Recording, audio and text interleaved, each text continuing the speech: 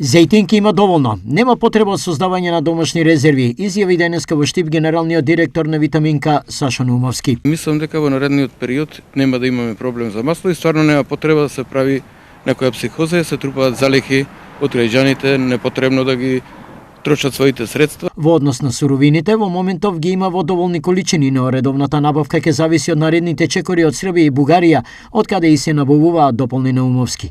Во меѓувреме, владата сериозно работи на планот за поттик на земјоделците за одгледување на сончоглед. Ова ќе биде една од главните теми на наредната владина седница, најави министерот за економија Крешник Бектеши, кој денеска беше во работна посета на Штипски Брилијант. Ние на почетокот на наредната недела ќе ја разгледаме во влада новата програма на Министерството за земјоделие, навремено ќе ги известиме и граѓаните и земјоделците, се со цел да бидат подготвени за наредната сезона. Се размислува во таа насока или?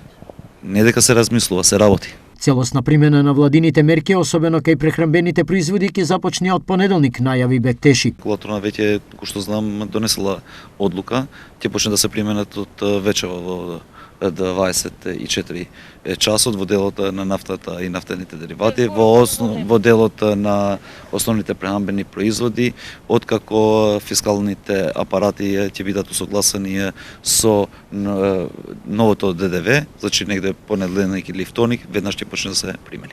Министерот уште еднаш подсети на листата од прехранбени производи кај кои ДДВ е намалено и маржата е замрзната. За трговците на мало 3%, за тие на големо 4%, а за лебот, маслото и за брашното 0% до 31 мај.